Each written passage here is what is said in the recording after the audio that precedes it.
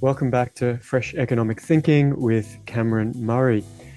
Have you ever wondered if high density housing causes people to have fewer children, or whether just people who want more children move to the suburbs and people who don't, or young adults, move to the cities? Well, today we've got a special guest, Daniel Hess, to unpick the evidence about density and fertility. Daniel, welcome to the show. Oh, I'm glad to be here. And yeah, I've been tweeting under the handle More Births on Twitter and gotten quite a following, including the world's most famous pronatalist, who is the owner of the Twitter site, Elon Musk. Um, Wow. it, yeah, it's an incredibly important topic, and he's on it because he's a futurist, and that's the number one crisis, the number one challenge that we face going Well, forward. I would like you to convince me of that. But first, perhaps you could introduce yourself to the audience because, we don't know each other apart from finding me finding your research online. And one of the bylines of an article you wrote was, it said, Daniel Hess is a pronatalist researcher, writer, and married father of six. Who operates More Births X accounts and morebirths.com. So you're doing your part. Can you tell us where your interest came from? I mean, did you come from a large family? Is it something you've noticed in your travels in your life that fertility and families is a really important topic? What's the background? Well, I'm not. I come from a family of four, so not Okay. uh, not extraordinarily large, but I came at it with interest as an investor, and um, it's interesting that I don't know if you're familiar with the Collins couple, but they also came at it from they're a famous pronatalist couple in the United States.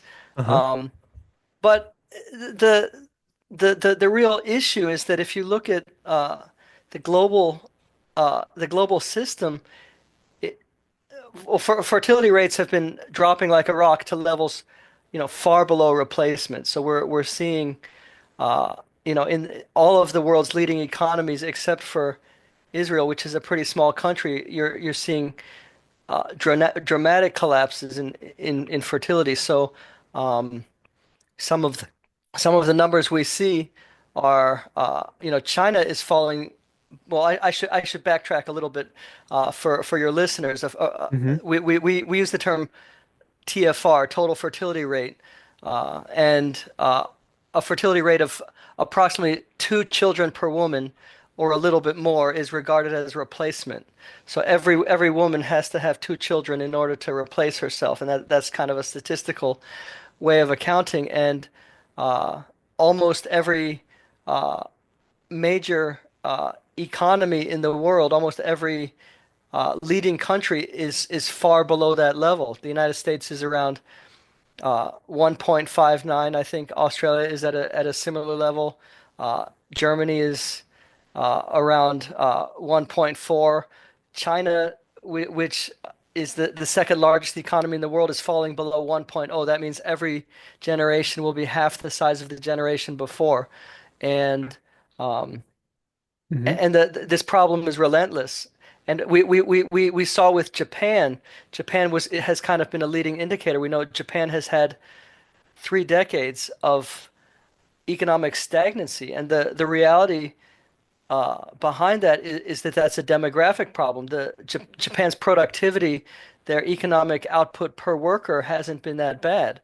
It's kept right on pace with other countries, but the reality is that as it's been aging, the number of workers in Japan has been falling, Yeah. and so that alone has been enough to give Japan 3 decades of stagnancy, and it Japan is simply a canary in the coal mine. Almost every country is following the way of Japan demographically.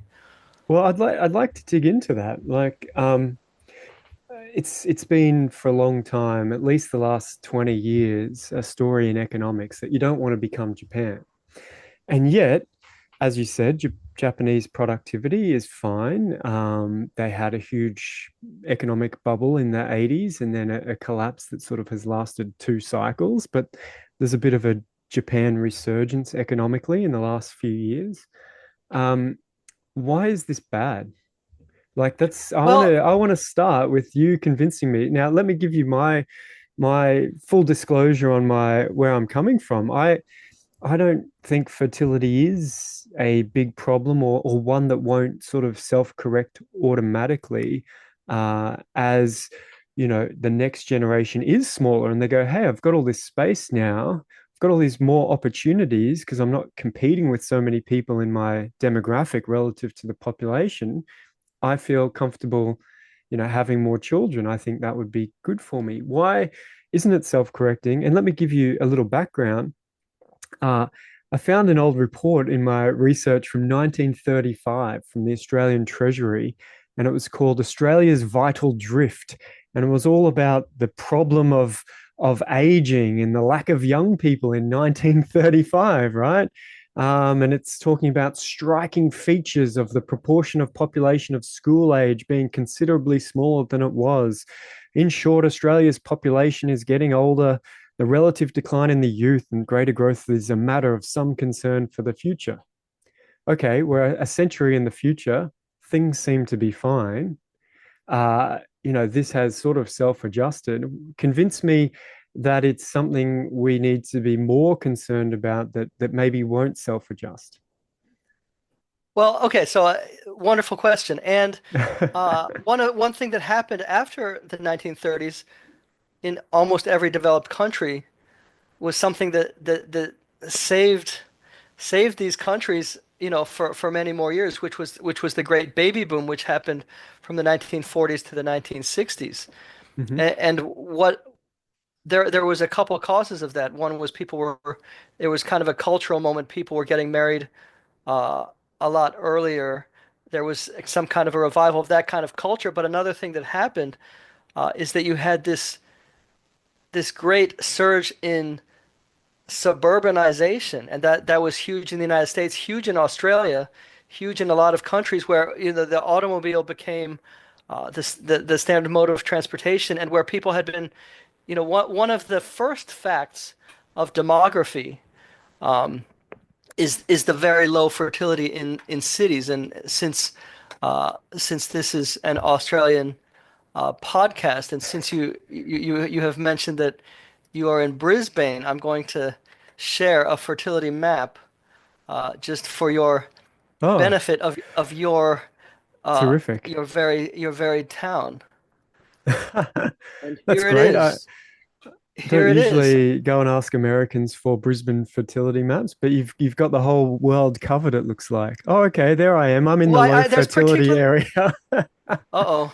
Yeah, you may be. Are you in an apartment in a high rise, if I may No, ask? I'm in a Is that? small, very small house. I'm in the middle circle there of the one Oh my fertility goodness. section, but I have two kids, so I'm trying to Okay, no, keep no, that you're average up. you're you're breaking the norm, but this is a big driver of low fertility. It's not the only one, but it's one that I talk about quite a bit, is Hmm. urbanization. And we Yeah, well, can I just, want to get onto that, definitely. yeah, so for your listeners, the people who can't see this map, what we're seeing is that in the urban core of Brisbane, and this is true as well of Sydney, of Perth, of Melbourne, all the Australian cities, you see a fertility of around 1.0 in the Hmm. urban core, and twice that, around two children per woman in in the surrounding suburbs. So in the suburbs where everybody lives in spacious single family homes, you don't have this problem at all. So housing really is a very a very major piece of this puzzle. And what I was talking about, the baby boom, is that you had this big surge in suburban building, which was Hmm. really so you had up until that point, you had people were concentrating more and more tightly into cities, and then you had this big reversal of that trend, and this big explosion in suburbs, and a big surge in marriage as well, and so you got Hmm. the baby boom. So that was a big reversal. So that bought us quite a bit more time, but fertility rates now have been below replacement for many decades, and that seems to be the deep trend. And I'm gonna show So you're asking. yeah, so I'm Go on. still, I guess I'm still waiting to be convinced that this is a bad thing and not the choice that wealthy people make voluntarily. And I guess let me put it a different way. A lot of countries for the last 40 years have been very, I guess what's the word, anti-fertility. They're very been very much discouraging large families as a matter as a policy to encourage economic growth and wealth. Lots of, lots of countries, China's one child policy, but many others have said two is enough. Stop at two children, right? Don't have families of six or seven. Well, why Um, is this bec a problem? I have a great answer for yeah, you. yeah. So I guess, and in that context, were these policies to discourage fertility wrong? Have they backfired in terms of the long-term economic, progress of these countries? Yeah, I mean there is some logic if you have a very poor country that that does not have fertility under any kind of you know it's very hard to build up savings and so forth. So there are some very poor countries that are stuck in a negative cycle. But what we see, and I'm going to show you another chart that really will kind of help explain why this is such a severe economic problem is that it's actually the most economically important.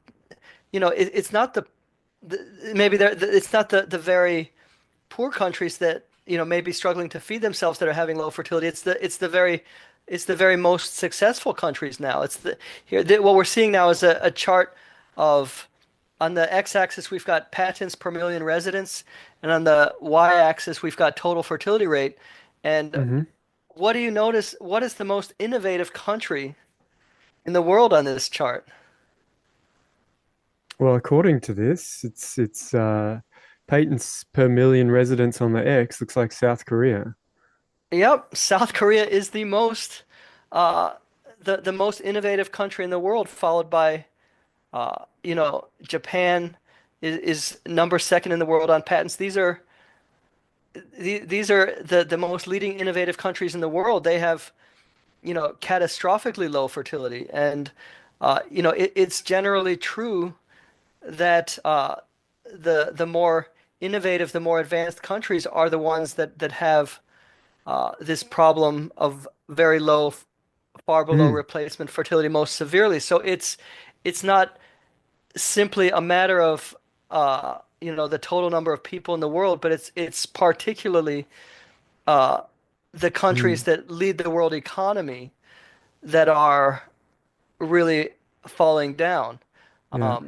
Australia and the United States, you and I both have the advantage of being in countries that, you know, have only slightly lower than replacement fertility, plus strong immigration. So we're not really ground zero of this Mm, problem, but there, most of Europe has this problem very severely. Most of East Asia, and this is a huge fraction of the world economy. And if you countries that are below replacement now constitute oh, 90% of global GDP and more than 95% of global innovation. So the issue is not simply, uh, you know, a global problem, completely. It's a more specific issue of the world's leading economies. So it's really the world's leading economies are the ones that are going to be most hit by this crisis. so I guess look if I look at that chart, I go, where's the crisis? We have fewer children and we become rich and highly innovative. That's another way to look at that data. Why is that not right? Like, when does the crisis come from low fertility, right? If Japan's had low fertility for 4 decades, I mean, but productivity's kept up. I guess you know, No, it's a great question, where and like I guess when does this sort of come home to roost? Because let me give you the background. A lot of people will say, "Oh, the next generation is going to be half as big. The next generation is going to be half as big." I'm like, you're really going to predict that this trend is going to continue for 60 years and not adjust if the next generation is half as big. There's been a few countries in Eastern Europe that had declines in fertilities in the 80s that resurged in the 90s. Um, is this not self-correcting? I guess is I another mean, way to put the it question. it hasn't so far, and I mean, this is, the numbers that we see um, are just absolutely uh, unprecedented. I'm gonna share another chart with you if you Great, don't mind. please. Um, so what we're gonna see now is a table of fertility in different countries around the world, so we can see just how low, these numbers are. Because a lot, people think, oh, it's just a little bit low, but we're seeing in virtually every developed country, we're seeing incredibly low fertility rates. South Korea, has a fertility rate. Um, one of the most recent years is 0.72, fertility it looks like. 0.72. So 0.69 that is a so so forecast. Yeah. So so what does that that that mean? is that means each generation is one third the size of the generation before. In 2 generations, you're down to about a tenth of the of the cohort size of what you were before. In 3 generations, Hmm. you're down to around 3 or 4%. So this is an incredibly steep decline. Now, South Korea is kind of the worst example, but there are around 10 countries that are under 1.0, and there is, save Israel, there is not a single developed country that is anywhere near replacement. So Yeah. this is, it's not, we're not seeing about a bounce back almost anywhere. Uh, we're seeing a tremendous drop. I mean, Australia is an example like the United States, where fertility had been, reasonably solid for a long time. It's now uh, down to 1.5. Yeah. Uh, I guess here's another way of putting my question. I get fertility's fallen, but if I put a chart of total fertility rate, if I wanted to pick a great country to live in, what I would do is I would go to total fertility rate and pick a really low one, and I'd move there. If I had to pick blindly, right? Because generally they're rich, wealthy, great, well-functioning countries. So I guess again, like what I can't see in the data is an example of a great, rich, well-functioning country. And you talk about Israel, and maybe that's a clue that has high fertility. Why? Like where why not? Um, well, I mean, it seems that uh, this is a very scary thing for the future, because it seems that the very things that we associate with prosperity, or the things that lead to prosperity, seem to be the same things that lead to yeah, fertility that's collapse. exactly, yeah, that's sort of where I'm And getting to. What do you make of that? I mean, there are a lot of reasons for it. One reason is that, to get to be successful in an advanced economy, it really takes a lot of education, and there's incredible competition for education. It takes Hmm. huge Hmm.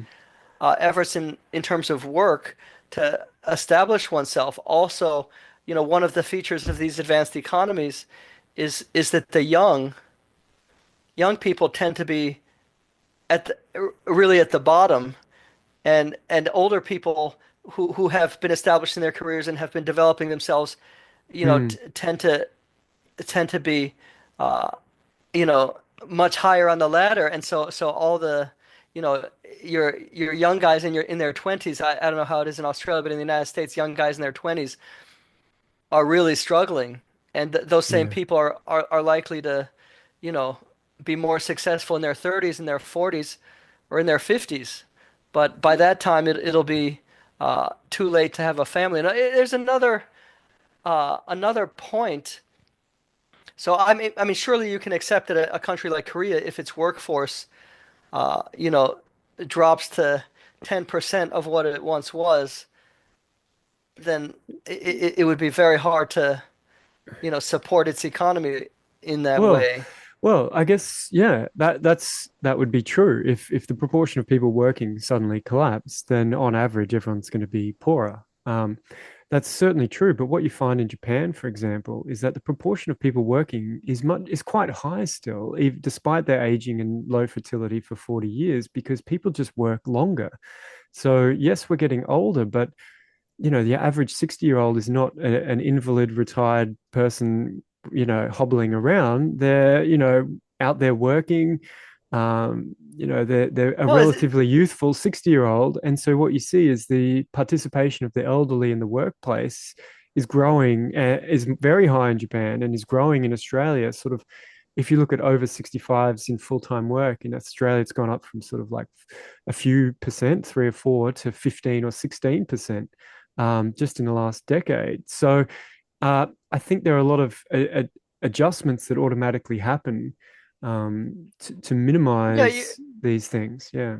you're not wrong that a modern economy can be incredibly flexible. Um, but Mm, I was in Japan, um, in late 2023, and um, it is a stagnant economy. Japan was leading the world in innovation, you know, 3 decades ago. And if you look at innovation in Japan, it has been in steep decline. Japan was at the cutting edge of everything. mm, So as people get older, the innovation plummets. So so yeah. that's one fact. And Europe has been uh, far behind the United States in innovation and technological progress. All the giant companies is dominated by the Yeah. United States, and Europe has practically fallen on off the map. But if you understand that innovation is very tightly, like really the breakthroughs and the pioneering work, that's a game of young people, and Europe is a very aged continent, and so that goes a long way in explaining why Europe has been lagging so far behind the United States. Oh, yeah. I mean, I take your point that yeah, Europe sort of ignored the internet. Like, and perhaps that's part of just being old, that there wasn't this huge youthful rush to this new technology to innovate, and make the most of it Yeah, relative and Japan to as the well. When I US. when I Yeah, was there, exactly. Yeah. it's surprising that it is not, It's more at still the cutting fax edge. machines and paper tickets and stuff. Yeah, Right. I was fumbling around for coins to use the Tokyo subway system with my family, and uh I that's a think really that strange thing. it is. I mean, I think that can change very rapidly. But you're right. I think when there's a lot of old people around, you just can't update because you're going to teach all the 80-year-olds how to use their touch pass on their smartphone, or are they going to fumble around with coins? Well, they want the coins to stay, right? So, Right, right. So, another point, since we're thinking about economics, mhm, is, you know, the real, some of the really extraordinary, feats, if you will, so of, say manufacturing and in the global economic system, uh, at the very smallest scale is your silicon chips and your AI chips, this kind of thing. This is the mhm, kind of the pinnacle of technology on the and manufacturing on the small scale. That is dominated by Korea and Taiwan and a little bit Japan. These are countries with that are in the steepest fertility collapse. And similarly, at your very largest scale, the biggest things that the humanity makes that are vital for the global economy is probably your container ships. And mm, once again, that's dominated by uh, you know East Asia. Almost the market is almost 100% countries that are facing a steep demographic decline. And uh, this is not something. It's very difficult to imagine a country. What's your high fertility countries? Let's take Afghanistan for example. mhm, I saw some statistic recently that uh, 37% of Afghans are able to read.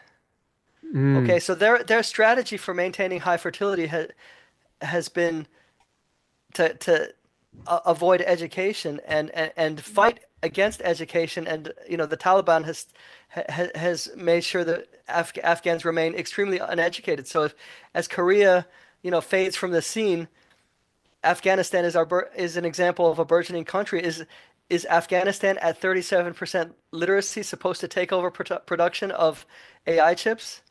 yeah. Is that, Look, this is so that's a big piece of the puzzle that we need to think about, is that the countries that are disappearing are the ones that are the leading countries, and the countries that are upcoming are the ones that are uh your least educated, your least uh your Islamic yeah. fundamentalist countries, and so on and so forth. These are often countries that have explicitly uh rejected uh Mm. connection to the modern world, and they're not even trying to participate in the economic development game. So that is a huge mismatch.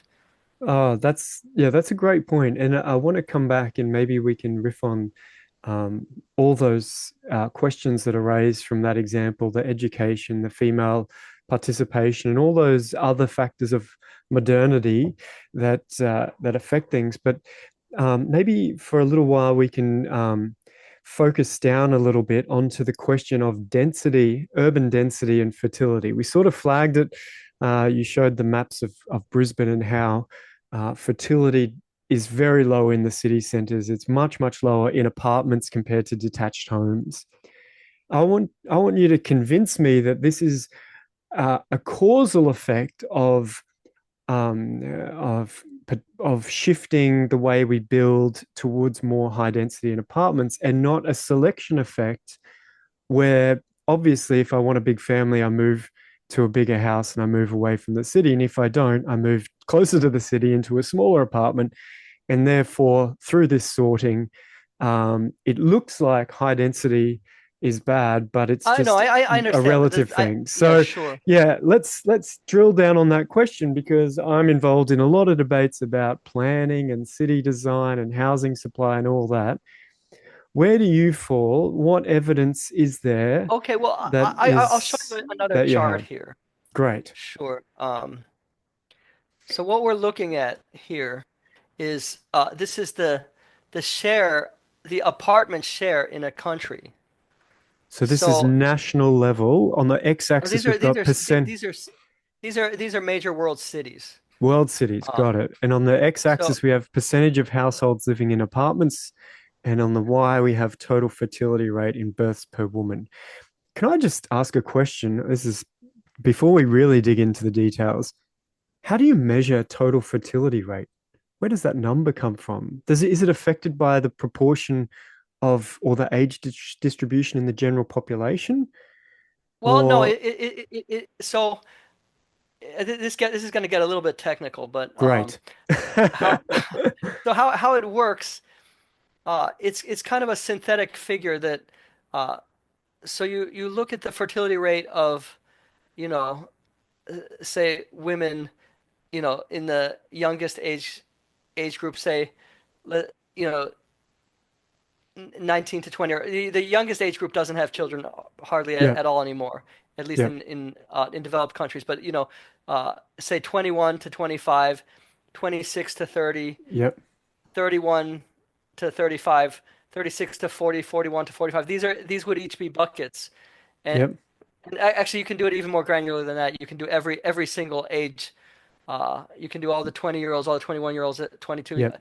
At every age, you can see what the fertility rate is for a woman at that At at that age, and uh-huh. then you average them all out for all Ah. the childbearing years, and you can get kind of a synthetic Uh-huh. snapshot of what the fertility rate would be of a woman if Uh, she a went through her hypothetical whole woman who happens to be all those ages at who, once. yeah, who went through Yeah. her, imagine she went through her whole fertile years in a world that was like 2024 in the last year, Correct. 2025.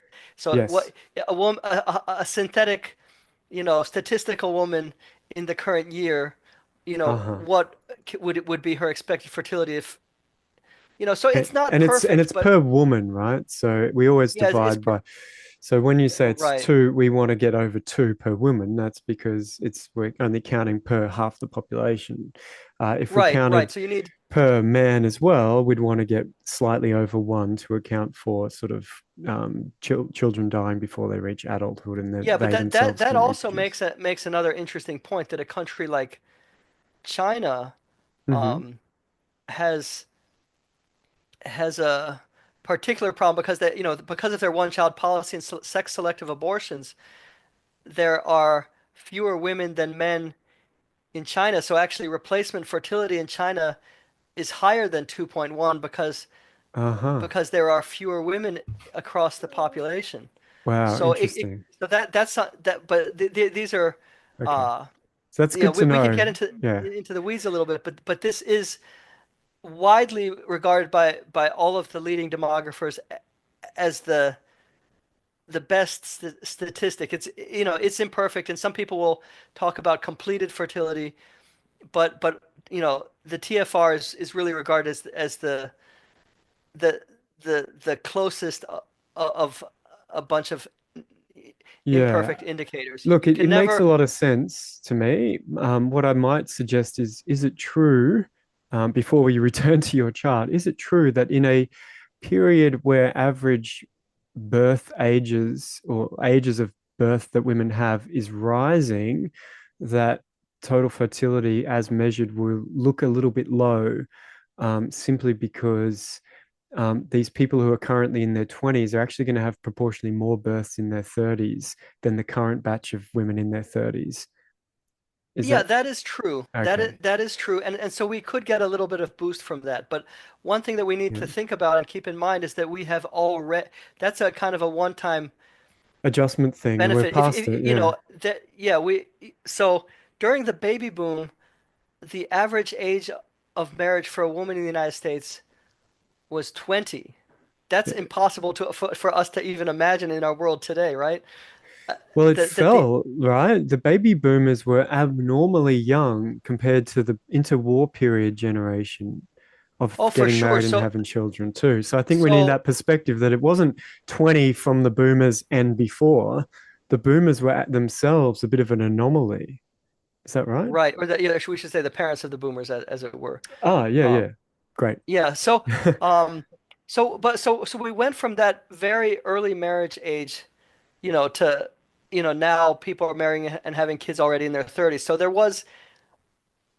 there was that one period, but you're not gonna, we're never gonna, at least anytime in the foreseeable future, go from an average age of people having children in their, say 33 to 43. We're not gonna experience that jump again. We may go up a Yeah. little bit.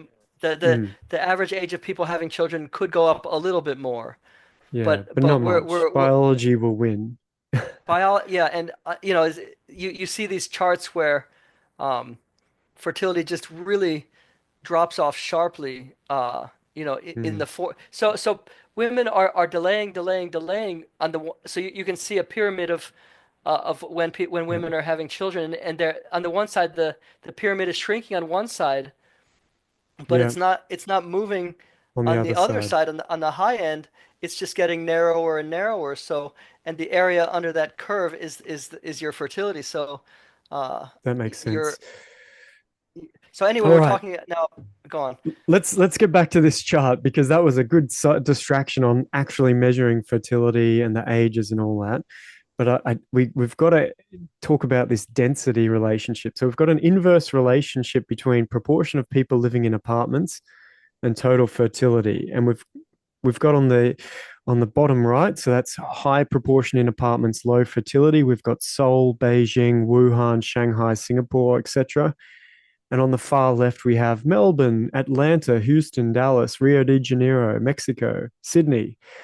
Um, that's pretty clear relationship. You don't get many more clear relationships in in social science and economics than that, would you say? Yeah, yeah. I mean, uh, it's a pretty steep curve. So we're going from, you know, we're dropping almost down to from a, almost replacement almost down to one child per woman as you go from almost everybody living in a house to almost everybody living in an apartment. So that Mm, is a pretty, you know, stark effect, and um, so I think we really need to to take that very seriously. A big effect of apartments is that it's extremely limiting of family size. And hmm I had a post recently where I talked about the inadvertent one-child policy in in hmm many cities around the world, and what that is you have most people living in apartment towers, and in the United States, and it's probably similar in Australia, but Yeah. in the United States, only about 5 to 7% of apartments have 3 bedrooms or more. Now, if you have, Mm, uh, there the no, the expectation, the cultural expectation now is if you have just two children, a boy and a girl, mm, then the boy is supposed to have his own room after a certain age, and the girl's supposed to have her own room, and they're supposed to be separate also from the parents. Toddlers, of course, can share a room with their parents, but there's a very strong cultural expectation, hmm uh, and it even gets to the point where Child Protective Services will look very badly on you if you try to put that family in a two-bedroom apartment, and yet more than 90% of apartments are 2 bedrooms and less. So that's a big forcing factor, uh, culturally that's driving fertility downwards. So housing size is incredibly important for family size, and we see this in the data where um, you know people who live in the family size in China, in Korea, is extremely small, and it's quite understandable when you consider the dynamic of apartments.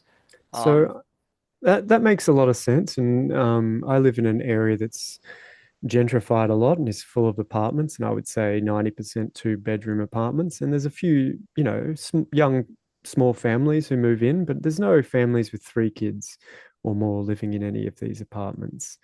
What I might point out on this chart, though, is Tokyo and Paris. And I'll just describe Tokyo's got 60% living in apartments and 1.1 fertility. But then Paris is got what looks like 73% in apartments and 1.8 fertility, nearly twice as high as Tokyo, but more people in apartments. So there's obviously many other well, so factors. yeah, Do you have yeah, a yeah, like why Paris is this huge outlier on this chart? Paris is that's a way great up that's a there, great and topic. by rights, it should have about two-thirds of its fertility. What do they have bigger apartments? Is it still a density factor, but because of historical city design and large families, they have lots of larger spaces? You nailed part of it. So Okay. part of it is exactly what you're talking about there that uh Paris is a very old city, and um they it was built with these large many bedroom apartments, and so that is much more accommodating of families than most of what is built today. So certainly uh one piece of it is that and New York uh is a little bit similar in that I don't know if New York is on this chart here. Yeah, and you see New York is somewhat above the line as well, and Uh-huh. um, so these historical cities, have a housing stock where apartments used to be much larger. Mm, I've heard from people in Paris uh, that you can have a many bedroom apartment, and so yeah. that's a big piece of the puzzle. But another thing with Paris is that they have very high Islamic immigration as well, and Mm, and that's a group that has significantly higher fertility. When we think about fertility and birth rates, we have to remember always that it's multi-factor, that it has to do with religiosity, it has to do with marriage rates, it has to do with, how Yeah. your culture generally talks about children, and it has to do with housing. These are all these are all variables, and I talk about a fertility stack because Uh-huh. there's these different factors that all impact fertility and all need to be sort of taken into consideration. That makes a lot of Um, sense, and I want to get onto some of those other factors. But let's stick with density for a little bit longer, and let me throw out a hypothesis for you, and you can correct me or you can tell me where what the evidence shows. Let's just say that we're still looking at this chart of density and fertility of all these cities, right? So the more apartments in a city, the lower the fertility. Could it not be the case that a lot of those cities have a sort of a fringe or an urban catchment, satellite cities or towns where families can move to, and hence during a life cycle, people who aren't having kids, they're either retired and downsizing, or they're young and they're studying, and having starting a family in the city, but there's a release valve of other locations where they can move to. And so where you have these two locations where people can substitute from the city to the region, it creates this amplified picture of the effect of density on fertility, because there's this selection effect over the life cycle. People move in oh, the city sure, when they're that young, there's and no then they question move to that the country to have kids, and then they move back to the city. Well, yeah, okay. So what's wrong with that I yeah process? Or do we there is still need that that there is a suburban selection area? effect. There is a Mm, selection effect. There's no question, but mm, I wanna make a couple of points here. Number one is the fact that people are selecting out of cities, that's an important data point in itself. People are making the judgment that they can't raise a family in the city. So we can't discount like, why hmm did they make that decision? They made that decision because they couldn't have more children where they were. hmm Relocating your life is a dramatic and major process, and people are doing that because it's almost impossible to have a larger family in a city. So there is that data point, but we can also uh, which is to say that the act of selecting themselves out of the city itself is a very strong statement of that these cities are not good for families. But also, we can look at these Asian cities where 90 to 100% of the population lives in apartments. So there is no hmm selection here because everybody Yeah, gets an apartment in China, in Korea, yeah. and these are the places with uh, fertility often far below 1.0. So um, Fair point.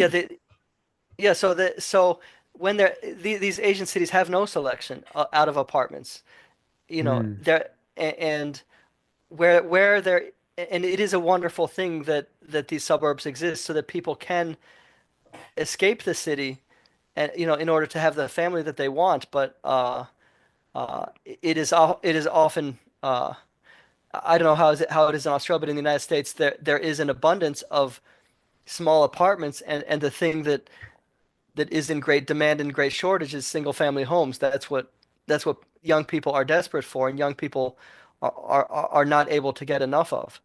Um, Well, okay, let's dig into that a bit more, because lots of small towns have cheap houses. You can go out to rural New South Wales or Queensland and buy a dirt cheap house for $100,000 or less on a huge block of land, and have that space that your family needs. But what you find in these small towns is that young people leave, despite there being all this space and cheap housing and room, and they move to the cities.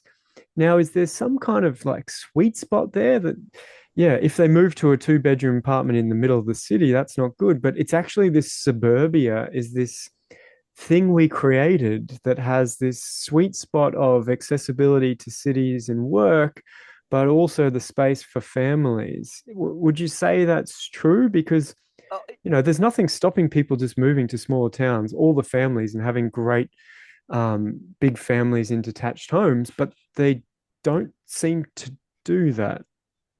Talk, what what do well, you make of that? it is a big problem that young people are uh, drawn like flies to honey or whatever. Young Yeah. people love to go to an urban core. It's a lot of fun, but it's a very low fertility situation. Has been Japan is an interesting case. As I say, I was there not that long ago. Hmm. Uh, Japan has been building high rises in Tokyo, you know, without limit at a very rapid pace. And all of the countryside of Japan is completely emptying out. All of the young people are all, moving into apartments in Tokyo. Japan has been the Japanese government has been desperate to increase the Hmm. Japanese birth rate. But meanwhile, you have this dynamic that's working hard against them, which is that they keep Yeah. building these high rises in the city, and it's a lot of fun. I don't I can understand it quite a lot. I mean, there are so many restaurants in Tokyo that you could you could eat at a different restaurant in Tokyo Yeah. every single day for your entire life and not run Yeah. out of restaurants in Tokyo. That's quite a remarkable fact. But bring it, but it's a huge problem because the fertility rate in Tokyo is under 1.0.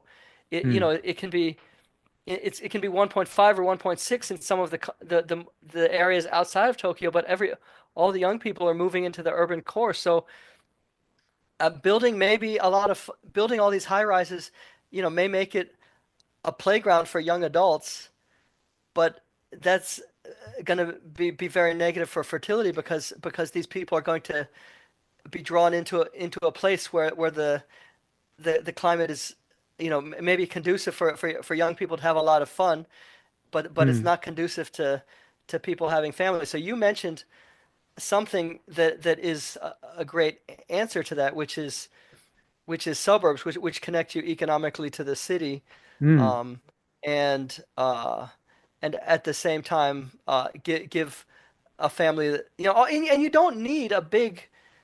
You can actually get very high density in suburbs, not quite as high as you can in an urban core, Yeah. but you can still get millions of my county it's one of the DC suburbs. The fertility rate in my county is about the United States national average, and it's still pretty dense, but it's dense single family homes. Yeah. So we saw those perimeter areas around these Australian cities, and you still have wonderfully healthy fertility in those, and that's I think in terms of housing, that's how we need to be thinking if we want to have a future.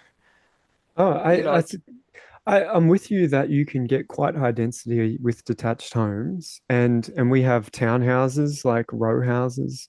I don't know what you call them in the US, but it's essentially like three or four attached homes in their own little block, and maybe they have a shared garden or something like that. yeah. I think there's a lot of those housing designs that are much more conducive to families without being that much less dense from an overall land use perspective once you take into account circulation and car parking and footpaths and street widths, all those things.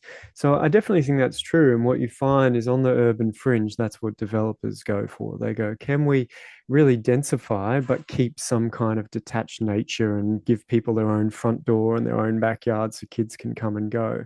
So I'm very supportive of that, um, as a design feature. But I guess the puzzle is this then, from what I hear you say, that in Japan, you can almost be given a free large house in a small town, yeah. but I mean, young if you people are yeah. choosing to instead pay a super huge premium to move to Tokyo and not have any children. Well, I Why? should say that Like, actually is that? Tokyo is actually the rents are remarkably cheap in Tokyo. Um, Yeah, well, people say that that's a big YIMBY story, but they're remarkably cheap if you earn US dollars and don't mind super small apartments. But compared to local wages, it's renowned for being very expensive and very small relative Well, to local wages. not anymore. I mean, um, I have there's another chart that I have. I'm not gonna try to spend too much time fishing around for it, but the relationship between price per square foot and fertility, there's no relationship. It's actually slightly, the slope goes actually Whoa, hang slightly on. down.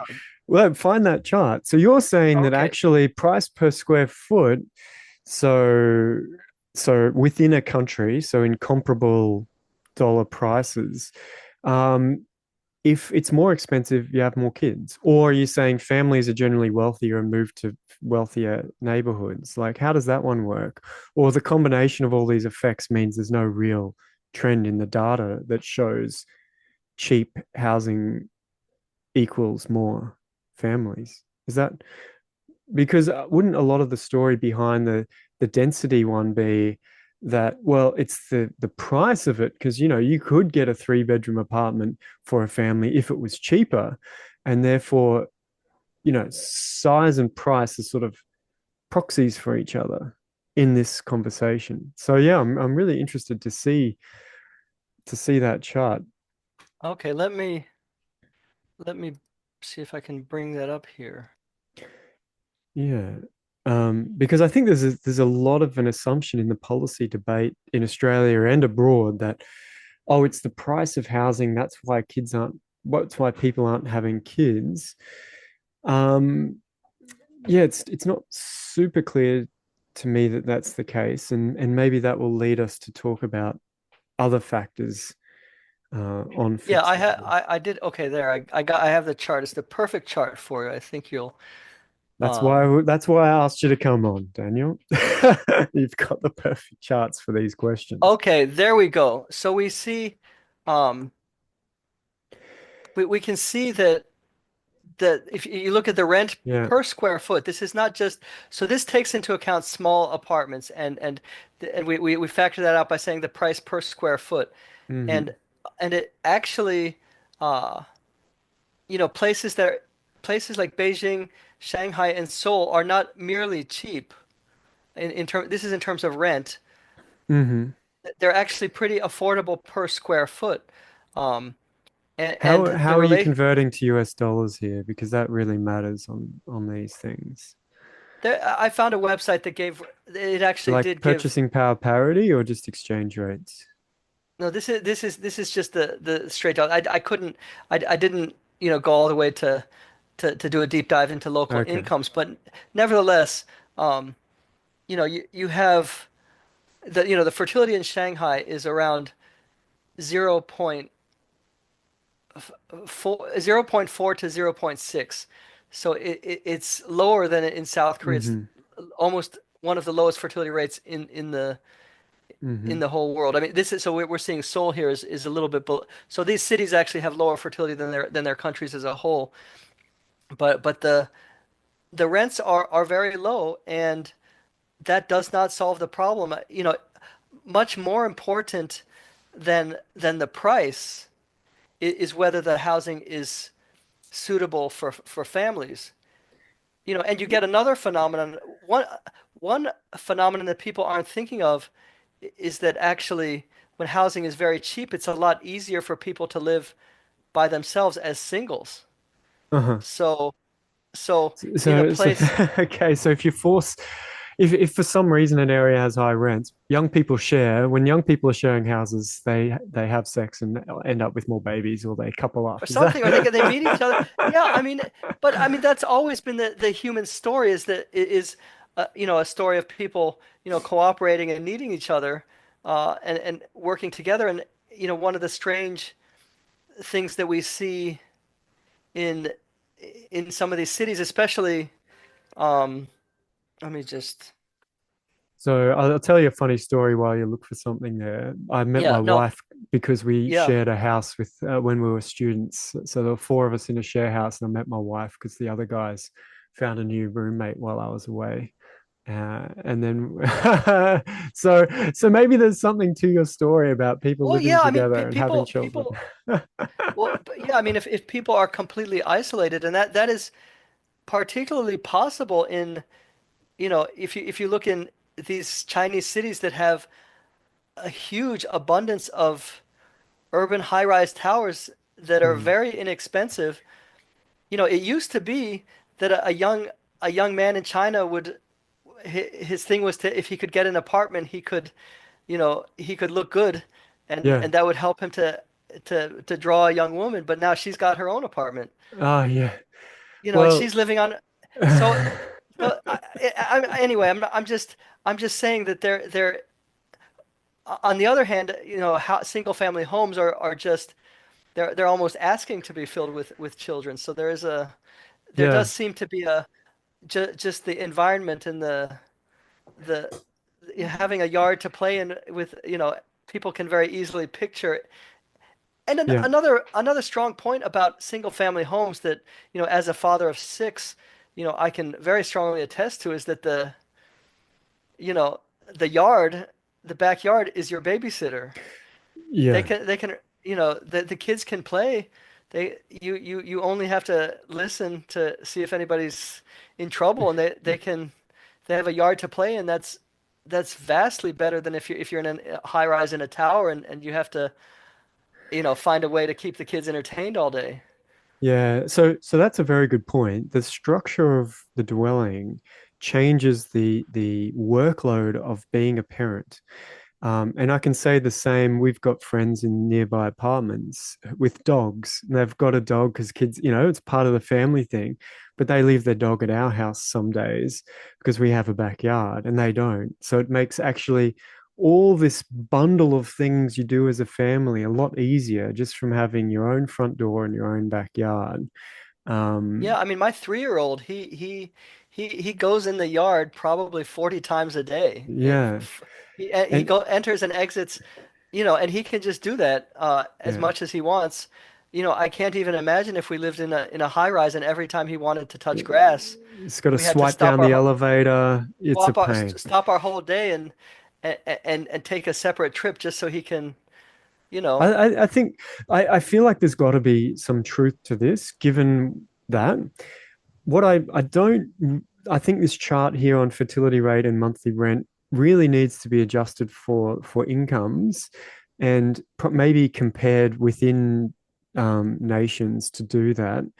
But I think your best Yeah, it's not evidence right. is your best evidence. Oh, what was it that you came up with before? And I was really convinced. I said the story might be that there's a substitution. People move to the city when they're young and away. And you said, well, what about countries and regions that don't have this suburban sort of outlet for people to substitute to when they want to have kids? Those have even lower fertility, which makes me think, But we yeah, can well, if also there's no see on the place to opposite, go to right. have kids, then you're stuck in an apartment no matter where you go, and therefore there are all these pressures to have smaller families or fewer children. That makes a lot of Well, sense. yeah, and it works on the in the at the other side too. The highest fertility in the United States is generally in the Midwest, Uh-huh. where there are no apartments, and Uh-huh. everybody gets a single family home. I mean, one big problem in these cities is that we can talk about a selection effect, but very often young people cannot make the switch from that urban high-rise apartment into a suburban home because they're just so incredibly expensive. I was visiting at one point, you know, some apartment complexes in Bethesda, Maryland, to kind of talk to people, and I came across one young man. He was in his early 30s. He had a good job. He was married. He had him and his wife had one child. He said they would like four children, but he was living in the largest apartment in his Hmm. complex, which was a two-bedroom apartment, and he felt capped at one child. Mm, This is somebody happily married. He would gladly have four children. I didn't give him that number. He gave me that number. And right. and but meanwhile in Bethesda, if you look at houses, you can't find one for under $1 million there.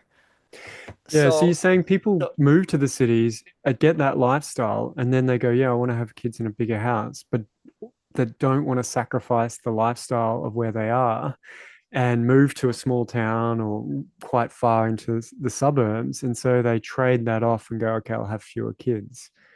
Is that I sort of think what you're that's seeing? part of Hmm. the story. I mean, I think I do believe that the birth rate crisis is going to be, much more severe, than any of us, th- and almost any of us can realize.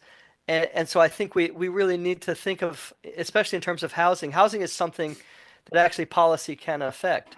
Uh-huh. You can't just pass a law to make everybody, more religious, or you can't say everybody has to marry at 22.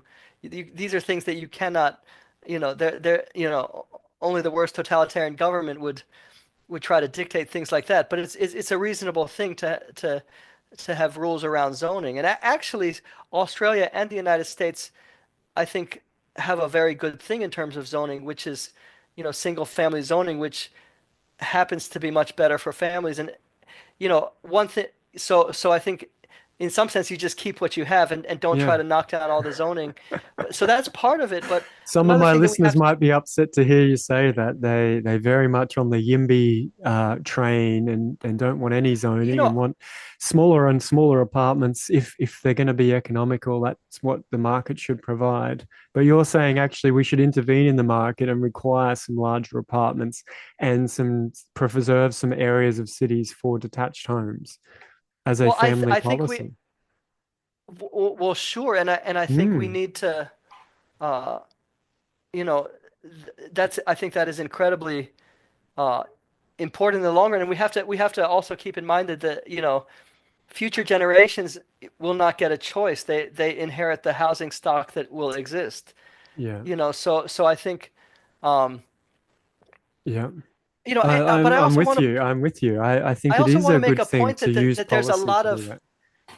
Mm, I also want to make a point that there's a lot of overlap between the YIMBY types and sort of the population control left, political oh, left, if you will. I oh, think explain that to me. there's a lot of, shall we say, co-travelers who, your urbanists. I don't know how it is in Australia, but in the United Hmm. States, the people who live in cities, they tend to be very politically left wing. They Yeah. tend to be leaning strongly toward environmentalism, and they tend to Hmm. want smaller population anyway for ideological reasons. So, um, Yeah, so, that's true. I so, would say that those groups are now battling a similarly left group called the Yimbys, who actually want lots of people, essentially open borders, but then put them all in small apartments. Like that's their sort of vision: have a highly dense city with open borders and well, small there's a demographer families. in the So United it's States who I'm friends with, Lyman Stone. oh He's yeah, a I brilliant know him demographer. online. Yeah, Yeah. and he's incredible. I think he's one of the greatest demographers, alive. And um, one of he does the hard work of doing surveys, and he surveyed young people in terms of what types of housing that they want. Um, and Yeah. overwhelmingly, the type of housing that young people want is, um, and this I probably can't pull this up immediately. I don't know Hmm. wh but in his survey he found that overwhelmingly, um, young people want single family homes, and almost nobody who lives in an apartment, almost nobody who lives in a single family home wants an apartment. Yeah. A huge share of people who live in apartments actually would prefer a single family home, and I think 80 or 90% of Americans, if you ask them what their ideal housing type is, for 80 or 90%, it is a single family home or a townhouse, a house. So Yeah. overwhelmingly, what people want is a house. What a lot of people, get is an Yeah. apartment. So I think that we need to, people have a very good intuition of what they want and what they need. Yeah. And I think So you saying that the zoning that prevents an area from being developed into apartments or but requires it to be a detached house of some sort, even if it's a relatively dense subdivision, probably has net fertility benefits in a city by oh, creating those options. I do think so, but I really Mm. think that we need to, you know, I had a discussion with Brian Kaplan, who's a leading thinker in this, Yeah, I know Brian. I've written on his blog and had a debate with him. Yeah.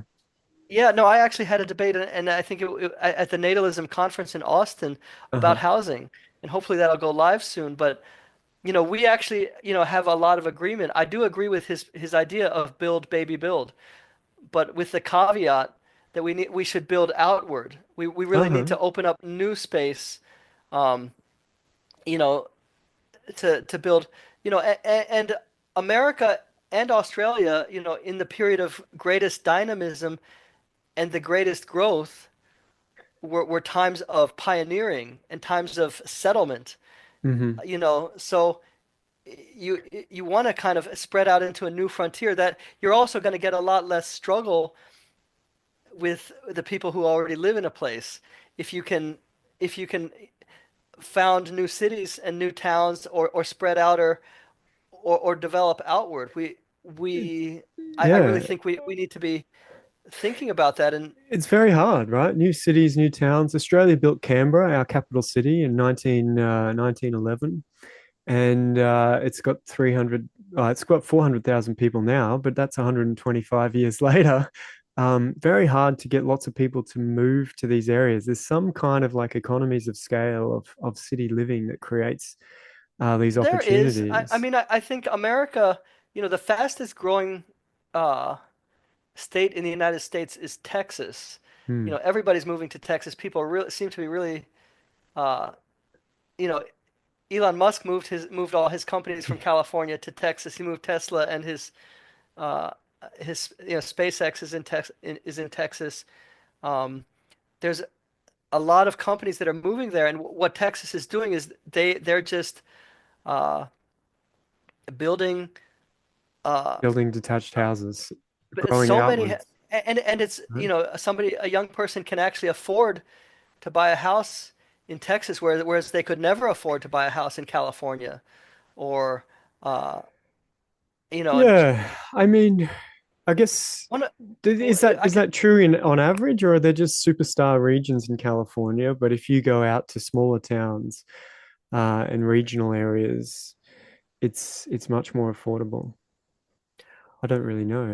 well, I'll tell you, there is a big problem in a number of Western cities in the United States, and Portland is is a is a prime example of this. Portland, Hmm. Oregon, but this is the case in many United States cities, is that there's an urban growth boundary that they put Yep. around the cities, in the 1970s or Hmm. something like that, where they said you may not, they did this, the Greenies did this for environmental reasons. They Yep. said you may not build past this boundary, and so the state of Oregon is 99% rural, Uh-huh. and yet Portland is extremely unaffordable, and a young person cannot buy a house in Oregon Yeah. because you're just not allowed to build. So you have farmland literally abutting Portland. It's very bizarre. But you have a similar phenomenon in a lot of Western cities where Greenies, 50 years ago, declared that the city was not allowed to expand outward, and so you have this horrible housing crush for young people, whereas a state like Texas never had these, and they could just grow organically, Yeah. out from the cities, and the result is, uh, you know, much higher. All the people are moving for, in huge numbers from California to Texas. Mm. It's not just Elon Musk and all his companies, but hundreds of thousands of people are making that migration, to where, because they want to have a house where they can have a family, and that is completely out of reach in California, and uh, that is well within reach in Texas. But Yeah. because Well, I mean Texas that has had open has had they haven't minded, always opening up new space for building, and they don't restrict that, and they let people always open up new space to. Yeah, I guess I can see the argument. I have, and it's a pretty common one that, growth boundaries lead to high prices and people leaving, etc. And then I look around Australia, and then people have these stories, regardless of whether there's a growth boundary and the prices of houses boom. They come up with some other story. And of course, Texas housing has boomed in price. And one of the catches there is you pay a high property tax if you want to hold that, whereas in other states, you pay a lot less. Um, and so Well, there even is a lower something. price of homes doesn't mean it costs you less because you just pay the government instead of the seller each year a property tax instead of interest on your mortgage. So Well, there's a I'm going bit to of say that something too. that's controversial here, Oh, probably. okay. That's what But we're here actually, for. higher property taxes Yeah. are probably actually pronatal, and I'll tell you Okay. why. I'll Yeah. tell you Okay. why. And a big reason, and this is a huge problem in the United States. It's probably a huge problem in Australia too. I don't know, Hmm. but in the United States, empty nester baby boomers Yeah. own a lot more single family homes than millennials. Yep. So you have you'll have an empty nester baby boomer, with a 5 bedroom house just for the couple, Yeah. and they're asking their own children why they don't get any grandchildren. Meanwhile, their own children are stuck in a little apartment. So you have this huge mismatch where the older generation Yeah. uh, actually is holding most of the housing that's appropriate for families. And this is a huge problem. And so property taxes, can kind of give people a kind of push to, get something that's appropriately sized for what they need and hopefully free up, that single family home for a family. That makes a lot of sense to me. And I'm very much pro taxing property rather than incomes. And I think that's probably pro family as well, rather Yeah, than, and yeah, right, because you may have all these retirees that have a very low income, but they may actually be quite wealthy. correct. And So, they may actually they may be sitting on a huge house that they're hardly using, and meanwhile you have these young people, yeah, so a lot of the income tax is actually uh, it can actually be kind of regressive if you look at age, I which is that agree because you're earning income on behalf of four or five in your family, and you're paying the same as the guy who's single guy. the in the United States the wealthiest people are the older people. Yeah, So the income tax is a transfer from the young to the old, which is actually a transfer from people who are poorer to people who are richer, whereas a property tax, works the other way.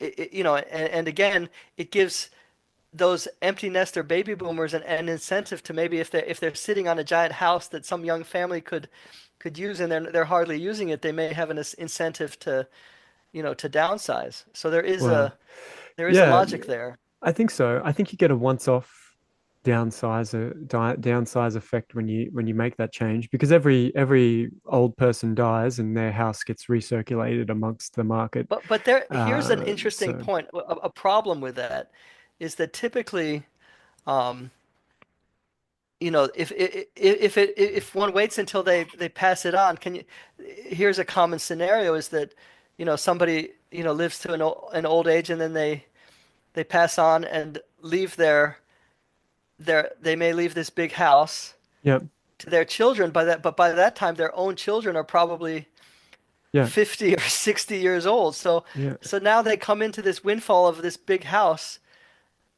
and yeah, but the grown children are maybe 50 years old already. So their 80-year-old parent passed on and passed it yeah. on to a 50-year-old. And What's wrong with that that? I mean, doesn't they're either going to I sell mean, it or live in it. So and well, if they no. sell it, Well, someone else gets to live if in they it. sell it, right, but there is a huge problem with young people not having the resources Correct. that they need. So I, if you can somehow incentivize people to downsize their homes, for the benefit of young people earlier on. There is another there is another f financial tool that can do that. I'm trying to remember. I think Denmark might be the country that does it, but what it Mm. is a transferable mortgage.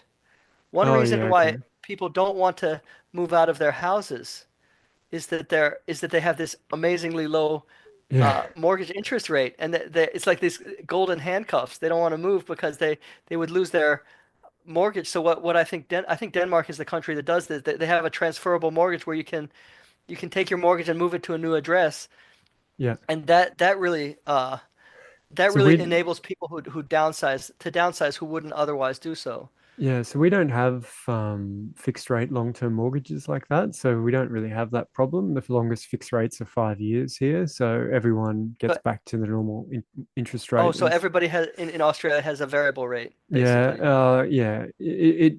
there were about 30% fixed rates during COVID when they were very cheap, but everyone's rolled back onto variables now. So that's not a real issue. But what was interesting, I'll give you that example of downsizing and the wealth by age issue in the ACT. So that's where Canberra is, the capital city of Australia. They remove what we call stamp duty, which is a tax on property transfers for people over 65 to encourage them to downsize to reduce the cost of that trade. But what they did is they all upsized instead because your own home is insulated from the assets test for the age pension. So if you have a $2 million home, you can still get the age pension from the government because they basically pretend that owning your own home is the same whether it's 5 million or 500,000 or 50,000. It's just partitioned off. So the incentive is to take your assets, your cash and your shares, sell them, buy a bigger home, and get the age pension. And so they reduced the cost to trading for old people, and they didn't Oh my downsize; they goodness. upsized. That's a that's a So yeah, I mean yeah, that's a terrible problem for these young families because it's young families that actually need those yeah. houses. Well, I guess Um, the problem is we allocate houses by price, not by need, right? And so I think that you've got to, you end up with whether you're worried about fertility or downsizing or all these other things, you end up with a very anti-market position of, well, allocating houses by price is wrong. We need to intervene somehow to get young people well, into I these. mean, We need to we did change talk about one zoning. thing, which is a property, which is tax more on property and less on income, Yeah, yeah, which yeah. you Let's do that. you need the tax revenue anyway, and people think taxes should be progressive and not regressive. I Um, agree. so that The is one problem thing you that you can do. have, though, is the very thing you said is good, people will downsize more, is the very reason we can't get more taxes on property in Australia, is because they go, oh, people can't afford it. They'll have to sell their home. I'm like, yes, that's right. That's one of the benefits of the tax. But Right. I politically, mean, you can't do this that. is this is a huge challenge in so many modern democracies is that uh, they're completely dominated politically by seniors. Yeah. So, you know the so actually if you look at financial benefits, you have this young people all over the developed world are experiencing a tremendous burden, and meanwhile you often have very generous benefits to the old, but that is politically Yeah. untouchable. I mean, in the United States, you know, we have what's called the Department of Government Efficiency as they're trying to axe spending, but they're only trying to do it within the civil service, which is a very small Yeah. share of overall spending. The much larger share of the pie is actually social benefits for older people, but they don't dare. No politician dares to touch that, even though if you look at who the wealthy people are in society, it is overwhelmingly people over 50 or over 60. So um, one solution to that on a social level, on a personal level, is kind of, shall we say, intergenerational transfers. If basically if Mm. parents, help Yeah. their adult children to buy a house, that Yeah. there is a very strong reason to do that. If you look at the economic picture of young people and their even their own parents, Yeah. There's Is that the common in gap. the US? We call that the bank of mum and dad here. And there's estimates that around, a third to half of young first home buyers have been given gifts of cash by their parents to get into the housing market. I think that's incredibly important, because Mm. I think that's a wonderful thing, and I think, parents who want grandchildren should absolutely do that if they can, because one of the biggest causes, in my view, of the birth rate crisis is kind of the age disparity where uh, Mm. where people in their 20s and early 30s are often, you know, very hard up financially, Hmm. and those same people, if you look at the data, those very same people will be much better off in their 40s or 50s or 60s. So if you look at a person's life course, Yeah. and I experienced this myself, uh, my net worth, went up a lot higher. I'm in my mid 40s now, and but the time to have children is in your 20s and 30s. Hmm. So this age, and you also feel poor. You feel like Yeah, you're at the bottom of society because you are at the bottom of society when you're in your 20s that's right. and your 30s. So, but that's the time when people need to be having children. So, I'm a huge supporter of these intergenerational transfers. I think that's really necessary to get the money in the hands of the young people who are trying to have a family. I think that's a wonderful idea, and the idea that you should uh, just be independent and make your own way. I mean, people will make it. They will succeed. They will become more financially strong, Yeah, in their 40s and 50s. But that's too late to start a family. So that's your problem right there. I'm with you. Okay, so what do you make of? I'm very much with you. I was a young parent, had the first child at 25. I felt totally way too young, not financially secure enough. Um, and my friends who waited till they were 30 definitely had a big financial head start. So I can definitely feel that tension in my own life. I know it's getting late in the US, and It's I not want not, to not a try problem. and I'm I want to whatever try your and bring time it to frame a is. close on Australia's favorite fertility policy, the baby bonus. Have you heard of this, Daniel? It's a cash payment of $5,000 to the parent for each child. Maybe that's where Donald Trump got the idea. Well, we 'Cause he implemented said he it. has been, yeah. Yeah, what's Trump's idea? Oh, he said everybody who has a child should get a $5,000 baby bonus.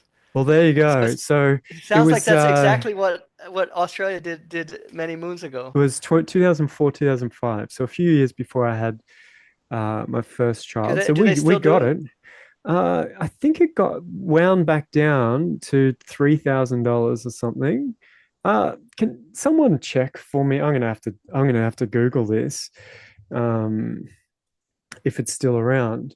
But there was a notice, yeah. So it's a lump sum increase. So you get a different lump sum payment as part of your normal parenting payment. So parents get some tax breaks and some extra payments per child if their income's below a certain level.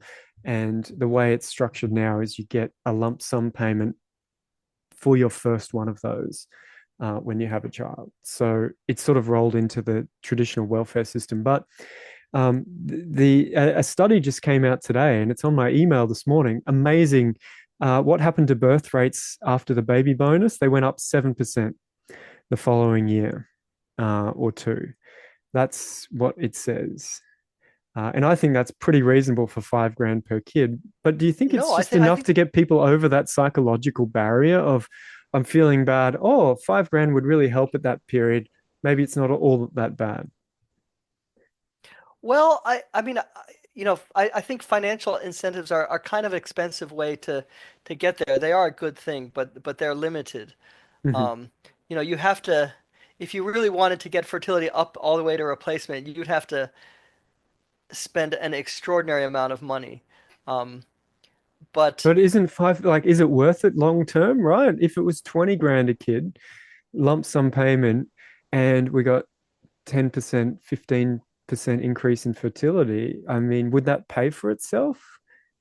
I think it could. I mean, I think, my, Lyman Stone is a big advocate of that. My friend Robin Hmm. Hanson, Hmm. who's a futurist thinker at George Mason University, he's a big advocate of that. I think that that's uh you can get some effect from that, and I'm not gonna say we shouldn't do that, but I also want to point out that there's a lot that you can do uh that you know, interventions in culture ha can have a much larger impact, or interventions in Right. education. A lot of young people, uh, don't are really kind of unaware of their fertility window, or are unaware of the high likelihood that they could end up childless, even though they want children. So I think Mm. if you just educate people, right now in the United States, sex ed is totally focused on making sure nobody ever gets pregnant. That's Mm. the big horrible thing that has to be avoided, you Yeah. know. Meanwhile, and I do understand, some concerns about teen pregnancy, but meanwhile, it is far more likely now to end up not having the children that you hoped to have Yeah. than it would be to have children that, have an unintended pregnancy. So we're almost focusing on the wrong problem with our We've gone education. so And hard. We've shifted all the way to the opposite problem now of people delaying childbirth so long that their problem is they miss their fertility window. So, Right. So that's, yeah. So educating, I consider that to be, one of the pieces of lowest hanging fruit. uh-huh. Okay. Another thing, and is, uh, religiosity, and a government should not tell people, uh, to be religious. That is not the place of government. But you can still have a climate of religious freedom where, people can. One of the nice things about the United States is that there's such a proliferation of different, churches that you can, Hmm. if you don't like your church, you can just go somewhere else and find something completely different. And maybe that seems, a lot of European countries don't have anything like that. It's either the Catholic Church Yeah. or bust. You don't have options. And so if you feel, alienated from one religious community, you're done. Versus in the United States, there's a whole marketplace. You can find something that aligns with your political beliefs, that aligns with your environmental beliefs, aligns with Hmm. whatever you like, uh, and so there's a lot more options for people to find, something. And the fastest growing religious type in the United States is not any kind of denomination. It's kind of non-denominational Christian, Mm. which is just these independent churches that just spring up. They often have a very modern, a modern feel. They're not in any cathedral, but they might be in a warehouse with like a band and like a charismatic guy, and it's completely different. Um, so you have, uh, kind of a rich landscape, and that really helps. And in terms of, uh, Mm. religiosity, which is a very major, variable, for fertility. And again, a government can't mandate that, but they can, kind of create tax breaks Support a for. marketplace Yeah, of religious options. Yeah. in the United States, churches are tax free as Yeah. charities, and their Okay. property is tax free and so forth. So you can support a marketplace, and you can also have a positive attitude. One Yeah. example, China is desperate to increase their birth rate, and at the same time, they are using the government to repress religious freedom. So they're Well, I kind of doing. mean, it's hard for them to turn the ship given they were trying to suppress the birth rate for many decades. It's hard to just turn around and change the culture quickly. Yeah, yeah, Um, yes. So that's another yeah. point, which is that Okay. the So you got message is that, education, culture, and religion. Yep. I'm just keeping um, track to sum it yeah, up at yeah. the So end. yeah, I would also, how we talk about having children is very important as well, Uh-huh. which I would separate that from religion, because religion Okay.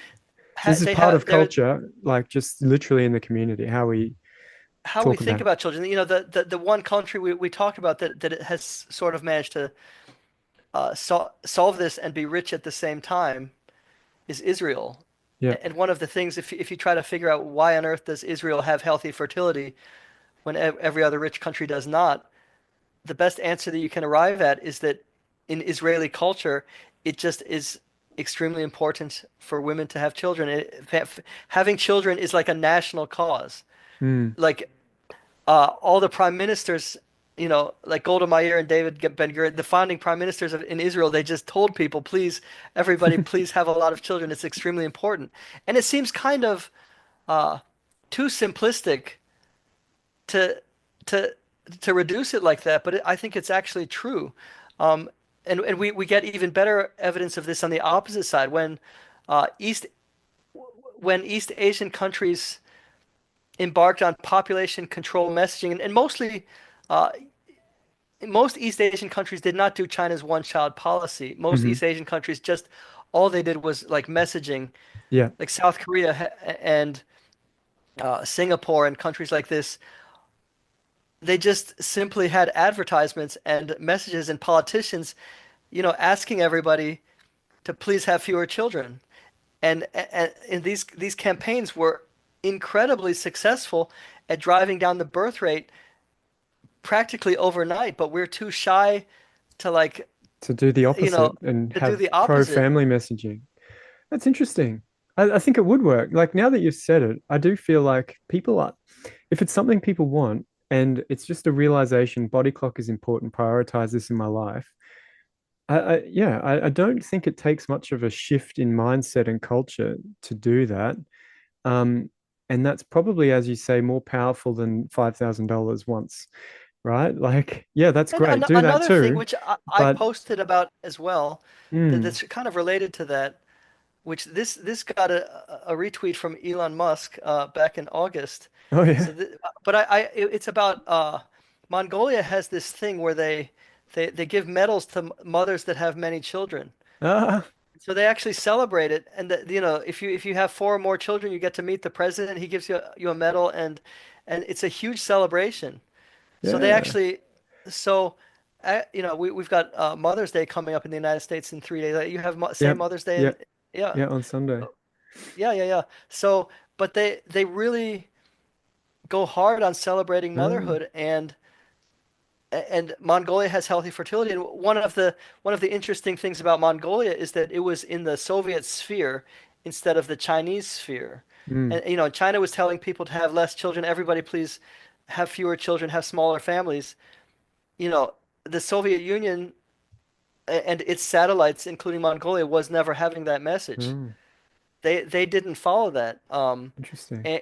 And so the the culture uh, became very different just by the messages that people were hearing. So I think if you just and a lot of people are under the impression that the moral thing to do is to have less children. Mm, They think a interesting. lot of people are getting that message that the environment is in crisis and the way to solve that problem is to have less children.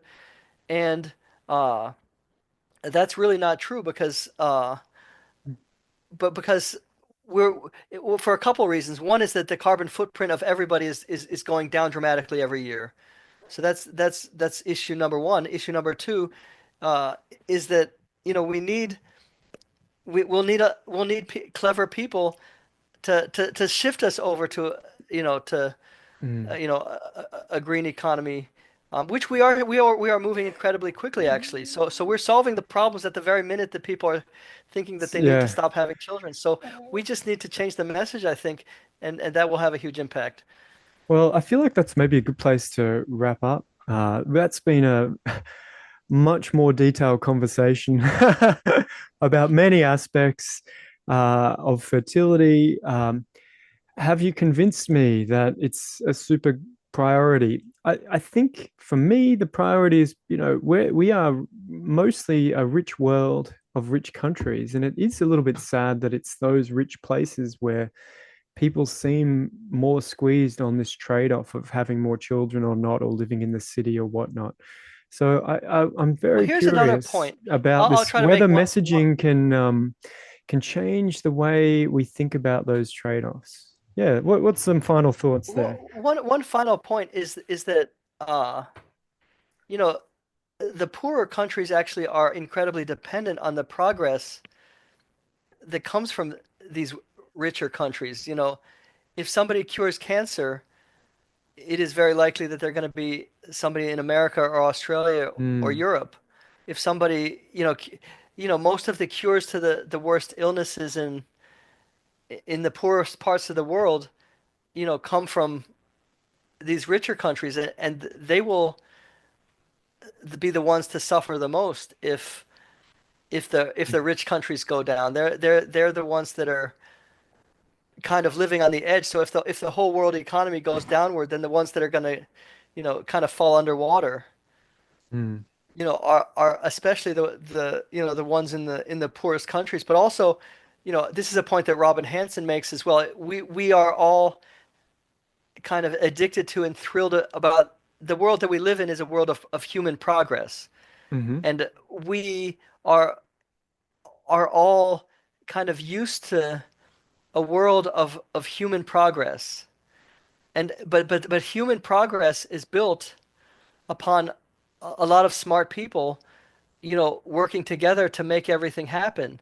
And um, a depopulating world is not a world of progress. It's a world of of, of diminishment.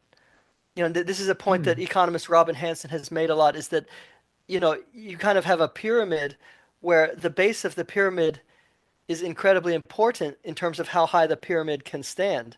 So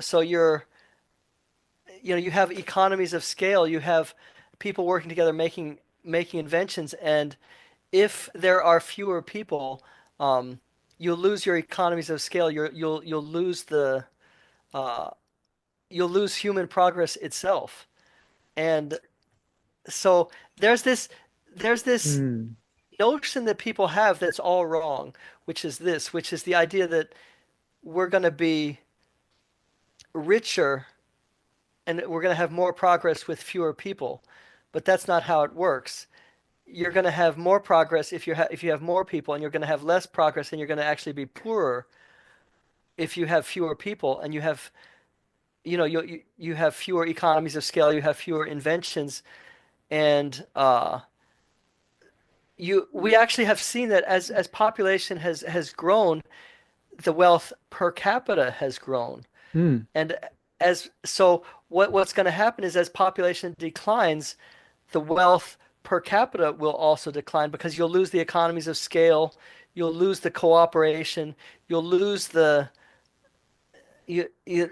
same trend that was your friend when population was growing, um, is going to be your enemy when population is shrinking. You're not going a shrinking world is not a world that's getting richer per capita. A shrinking world is getting poorer per capita because you're losing, the network effects. A big part of our wealth is that inventions are shared, economies of scale are Hmm. shared. We have world trade, um, and if you lose all that, you don't become miraculously richer per person, you become poorer per person. So a less populated world is also likely to be poorer per person. That's extremely counterintuitive, but um, there's this book that is incredibly important. It's called The Ultimate Resource by Julian Simon. Yeah. Are you familiar with this? I know Julian Simon. Yeah, he had the bet about the price of a basket of minerals with Paul Ehrlich in the 80s, if I recall. Right. So Um, what he showed was that as population was growing, things were getting cheaper. The unit price of everything was getting cheaper. yeah. So I'm not, yeah, I guess am I convinced that a population that is stable or slightly declining is somehow worse than a population that is slightly rising? I think these slight differences aren't a problem. Yeah, These slight okay. differences aren't a problem. But the So real problem is that we're not seeing slight declines. Uh, We are seeing in many, many countries, we're seeing a total collapse. Even, Poland, a Catholic country, we think that a country like Poland is around 1.0 in and you think these trends won't self-correct in the next decade or two to stifle what would be a very dramatic decline in population and a very dramatic shift in the age structure? Is that I your main concern is that this we're is not a temporary one. This is not just one decade of one, this is gonna, if this is a multi-decade complete transformation. Is that your concern that it's not self-correcting quickly? Because I mean, if anything, we're seeing these dramatic declines are continuing and even mm, accelerating. And I can mm, um, okay. I can share that. We don't have to go look at new charts again unless you want to, but No, no, no. we can, if you look at the sort of the rate of decline since about 2015.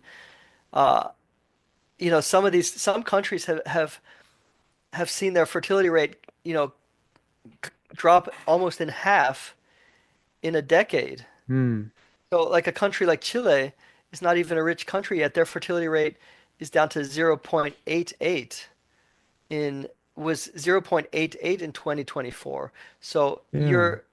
you're seeing not a stabilization, you're seeing really an acceleration downward.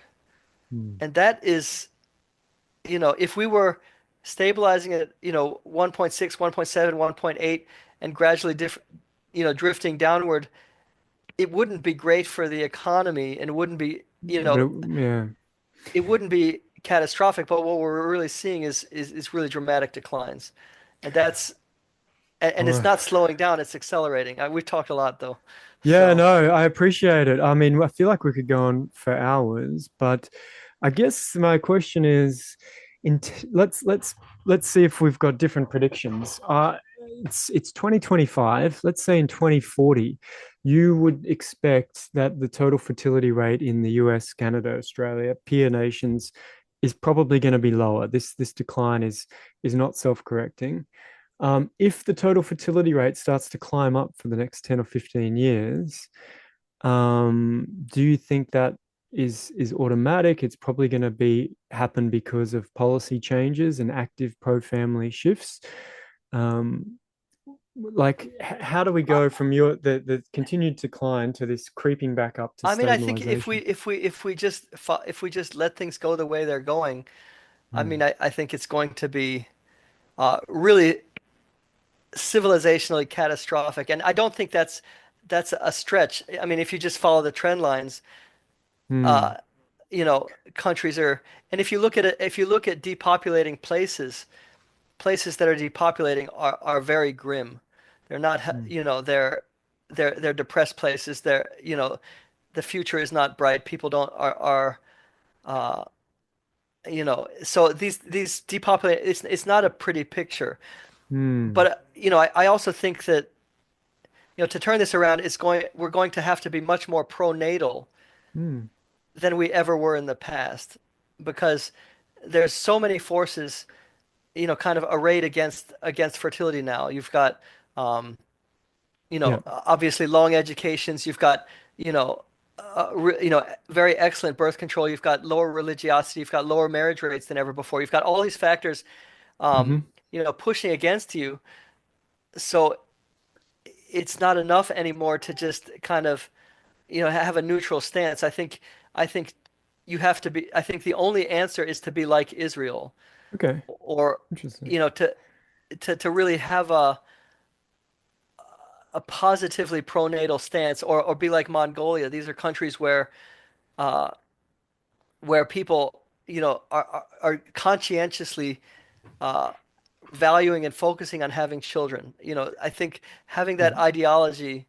Um, is the to me that's the ultimate answer, is to have a very That's pro-child ideology. And we think it might be easy to dismiss that, but we saw an antenatal or the population control ideology was Was incredibly effective, right? effective. Yeah. It Yeah. worked almost overnight to drop the fertility rate in these countries. So it just but we're too shy to Well, almost to let me leave on a positive note. If you do surveys of young teenage boys and young men, you will see they are definitely shifting towards more conservatism, family values, traditional gender roles, etc. It's been a surprise for many. I'm not sure if you've followed these surveys of teenagers. And I've got two boys in high school, and it's very much, yeah, I sense a return to this pro fam. Like, I don't know where it's come from, but I would say the attitude in high school today of my kids' generation compared to mine is very much more. Like, I'm dating girls, but I'm finding a wife. We're going to have a fam. Like, it's um, well, quite different. And so I that's think a positive, yeah. there's a positive automatic correction mechanism somewhere out there in the human culture and mind, that I think is becoming visible in the youth. So I'll leave you with that I, positive yeah, I thought. hope so. I'm hopeful that we can turn this around. But I think we're gonna have to talk about it a lot. We can't be idle about it. We have to not be bashful and really uh, Right. really. So if people want to read what you're writing about this topic, Daniel, where's the best place for them to find you? Well, so I post on X on Twitter at Yeah.